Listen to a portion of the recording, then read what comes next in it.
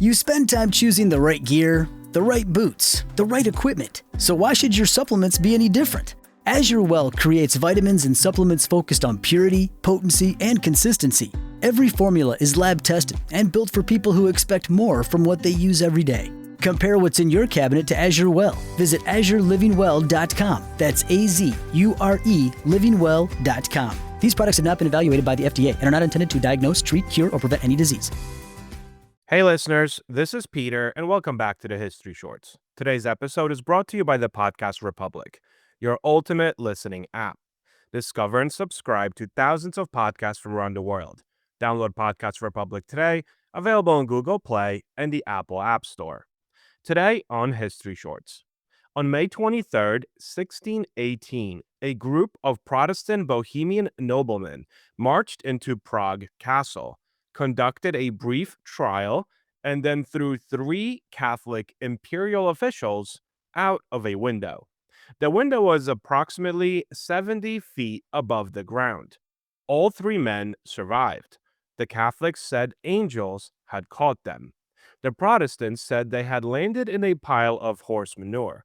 Both sides were true, in a way, correct about what mattered. What mattered was not whether the men lived or died. What mattered was what happened next. What happened next was the 30 Years' War, the most destructive conflict in European history before the 20th century, a war that killed approximately 8 million people and reduced some regions of Central Europe to a third of their pre-war population. 3 men thrown out a window, 8 million dead. One of history's most precise demonstrations of the butterfly effect. Our history brief today returns to History is Weird and why kings kept court jesters.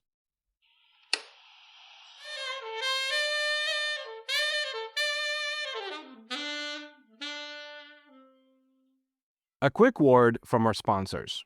Most people overpay for car insurance, not because they're careless, but because switching feels like too much hassle.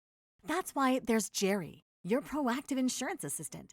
Jerry compares rates side by side from over 50 top insurers and helps you switch with ease. Jerry even tracks market rates and alerts you when it's best to shop. No spam calls, no hidden fees. Drivers who save with Jerry could save over $1,300 a year. Switch with confidence. Download the Jerry app or visit jerry.ai/Libsyn today. That's jerry.ai/LIBSYN. This day in history. On August 24th, 79 CE, Mount Vesuvius erupted, burying the Roman city of Pompeii beneath volcanic ash. The disaster preserved a remarkable snapshot of daily life in the Roman world, making it one of archaeology's greatest discoveries.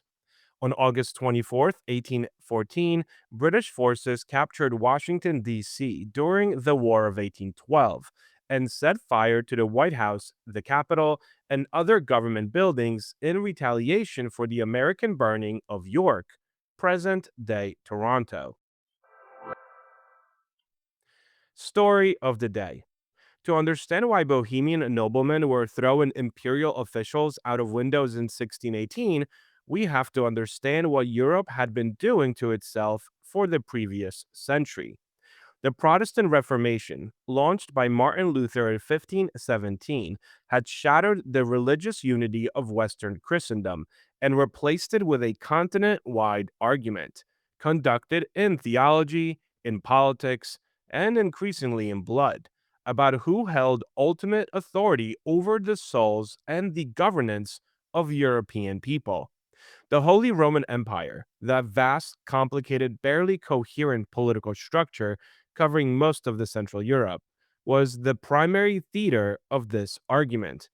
It contained Catholic states and Protestant states, prince, bishops, and secular electors, a Habsburg dynasty committed to Catholic supremacy, and Protestant princes increasingly unwilling to accept it. A series of religious settlements, most importantly the Peace of Augsburg in 1555, had attempted to manage the conflict by establishing the principle that rulers determined the religion of their territories. It was an imperfect peace. It was the only peace available. And in 1618, it was fraying quite badly. Bohemia, the kingdom centered on Prague, was one of the most religiously mixed territories in the empire. Its population was predominantly Protestant. Its king, however, was the Habsburgs' Archduke Ferdinand, soon to become Holy Roman Emperor Ferdinand II. And Ferdinand was a committed Catholic who had made no secret of his intention to reverse the Protestant gains of the previous century. The Bohemian Protestants had enjoyed a document called the Letter of Majesty, a guarantee of religious freedoms granted by a previous emperor. Under Ferdinand's influence, Catholic authorities in Bohemia had begun interfering with Protestant worship, closing Protestant churches, preventing the construction of new ones, pressing the interpretation of the Letter of Majesty in increasingly restrictive directions. The Bohemian Protestant nobility convened at Prague Castle on May 23, 1618, to address these grievances. What they got instead was a confrontation.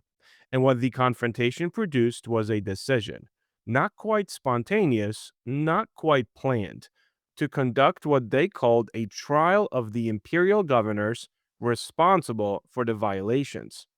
The trial was brief, the verdict was predetermined, and the sentence was defenestration.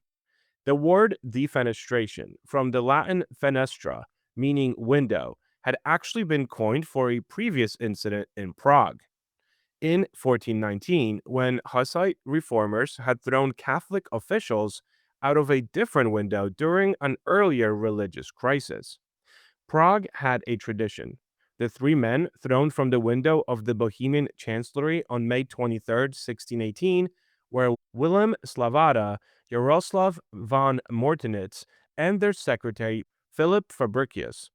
They fell approximately 70 feet into the castle moat, which was, by the fortune of poisoning, filled with a large accumulation of garbage and debris, including prominently horse manure, which was, by the fortune of positioning, filled with a large accumulation of garbage and debris, including prominently horse manure.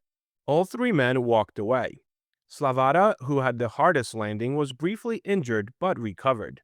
What followed was an immediate propaganda war, fought with the speed and viciousness of the 17th century information environment. Catholic pamphleteers declared that the Virgin Mary and angels had miraculously cushioned the fall. Protestant pamphleteers declared with equal enthusiasm that God had expressed his opinion of Catholic officials by deposing them in a dung heap. The secretary Fabricius, the most fortunate of the three, was later ennobled by the emperor. His new title was von Hohenfall, from the High Fall. He was the man who survived a 70-foot defenestration and got a noble title commemorating it. History occasionally produces grace notes. The grace notes ended quickly, though. The defenestration of Prague triggered an immediate military and political crisis. The Bohemian Protestants, having thrown the imperial officials out the window, could not easily walk back from the act. It was open rebellion against Habsburg authority. They deposed Ferdinand as King of Bohemia and offered the crown to a Protestant prince, Frederick V. Ferdinand, now Holy Roman Emperor, responded with force. Frederick V, known to history as the Winter King because his reign lasted exactly one winter, was defeated at the Battle of White Mountain in November of 1620. His defeat should have ended the crisis, but it did not, because by then the war had acquired its own momentum. Other powers, Denmark, Sweden, France, Spain, entered the conflict for their own reasons, some religious and some entirely secular.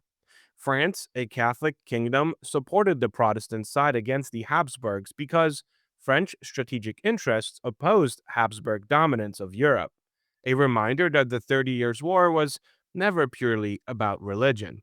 The war spread across the empire. Armies moved through Central European territories, consuming everything they found. Famine followed armies. Plague followed famine. By the time the Peace of Westphalia ended the war in 1648, 30 years after the defenestration, approximately 8 million people had died. Some regions of Germany lost a third of their population. Some regions lost half. Entire towns simply ceased to exist. The Peace of 1648 is itself one of the most consequential documents in European history.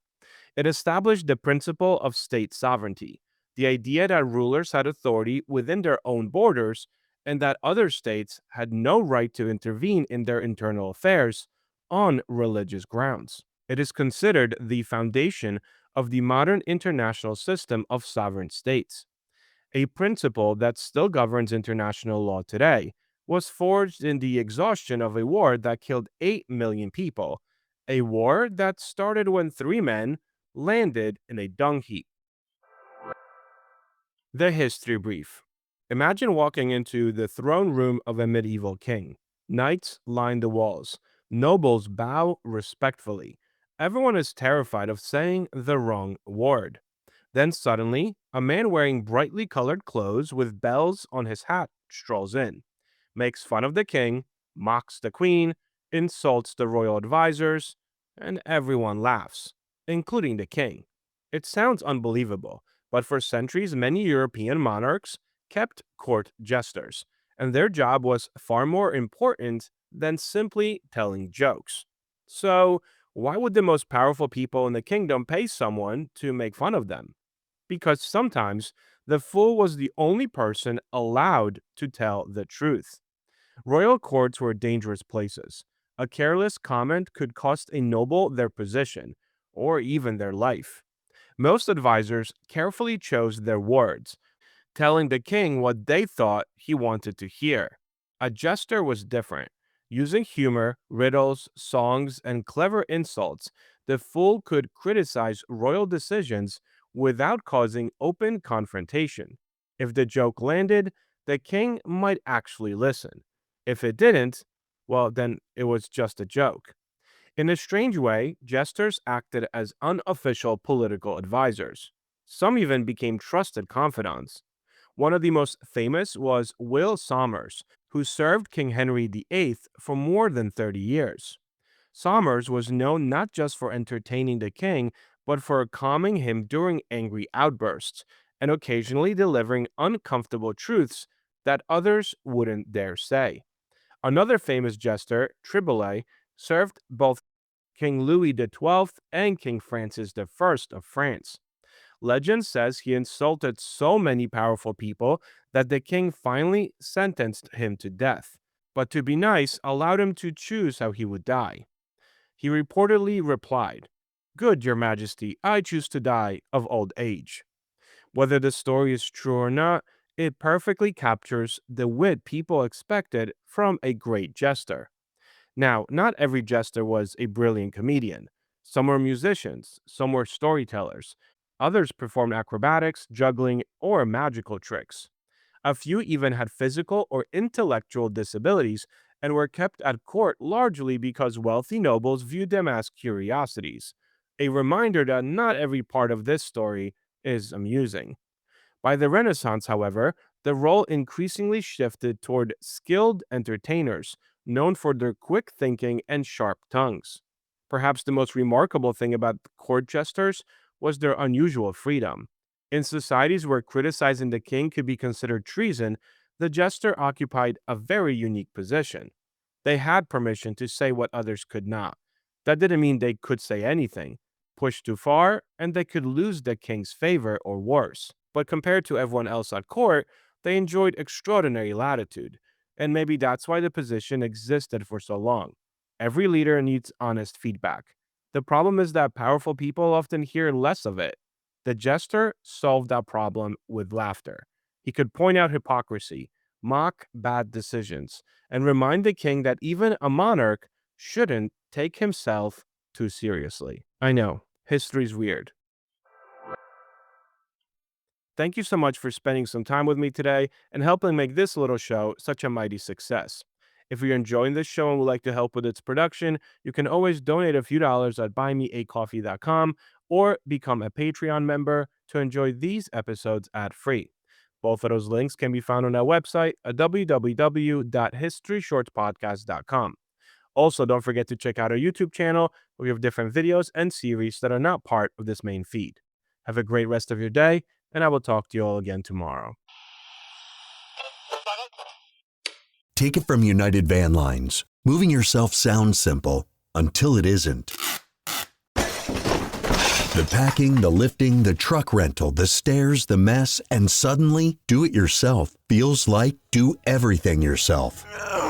Now, imagine a move with United Van Lines. United's pros know how to pack, lift, protect, and transport your belongings safely, efficiently, and on schedule. No guesswork, no borrowed dollies, no wondering if your couch will survive the trip. With a full-service move by United, your move is handled by experts. Your time stays yours, your belongings stay protected, and your stress level dramatically lower. Because moving shouldn't leave you exhausted before you even arrive. Full-service moving from America's #1 mover, United. It's a better way to move. Get a free quote at unitedvanlines.com.